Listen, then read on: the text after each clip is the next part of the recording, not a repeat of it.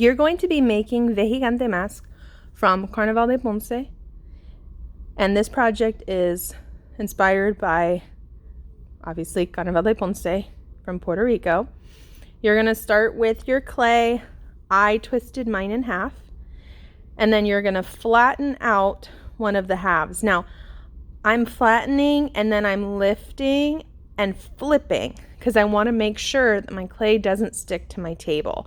If you're really afraid that's going to happen, put down some tin foil or wax paper before you begin.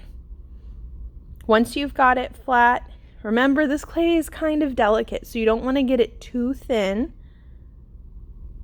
You're going to cut the shape of an oval, and that's going to be the base for your mask. The nice thing about using air dry clay is that if you make a mistake, you can just crumple it up and restart, and you don't have to worry about air bubbles or explosions or anything. Now, I love to leave those little cut pieces by themselves because I might want to use them for some kind of decoration later. I always like to see kind of what happens after I cut my clay. Now, the nice thing as well about working with clay is that you can cut shapes out, you can add shapes on, or you can even etch or scratch designs into your clay. And I'm gonna kind of, as you see in the video, play around with some shapes before I really decide kind of what I want my mask to look like. Now, a lot of folk art is very similar. So if we look at the calaveras or the sugar skulls in Mexico and the Vejigante masks from Puerto Rico, you can see a lot of similarities because there's a lot of the same influence on these countries from Spain, even the indigenous people, or the people that lived there before the Spaniards came. So I'm going to start by cutting out some eyes. I'm going to puncture some slits for a nose, and I'm also going to carve out a mouth because I really kind of want to make something that I can use to scare people with. Because if you remember from the video, Carnaval de Ponce, the Vejigante masks are to scare people. That is their purpose. Now, if you don't want to make a scary one, that's fine. It doesn't have to be scary, as long as you know and you remember that that is what their purpose is for.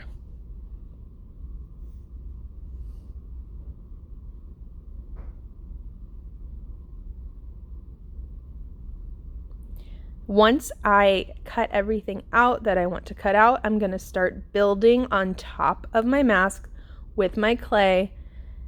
Now, when I did this, I kind of had a problem with the mask sticking to the table. So you want to be very careful when you're making it that you don't press too hard into the table.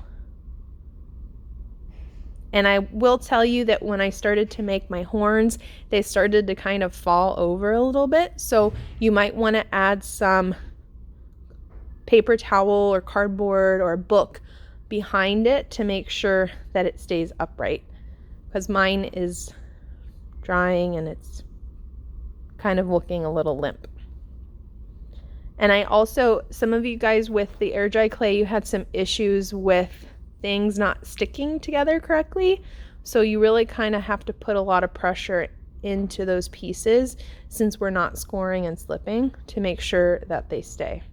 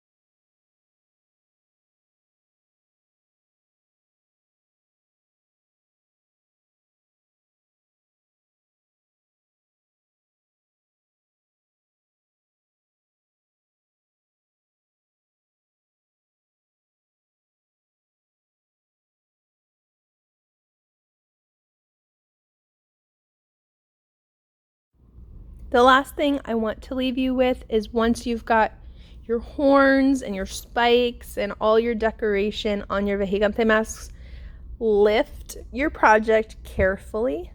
And if you want it to be curved, kind of like how our face is curved, you're going to let it dry on top of like a crunched up paper towel or something. Now you can see that my mask is really floppy and it moved around and it was really hard to get it off the table. So be very gentle and very careful when you're doing this. And I already told you that my horns kind of have started falling over. So putting something behind them is really going to help them stay upright. I really hope you enjoy this project. I had a lot of fun making it and designing it for you. And I hope you learned something about Puerto Rico.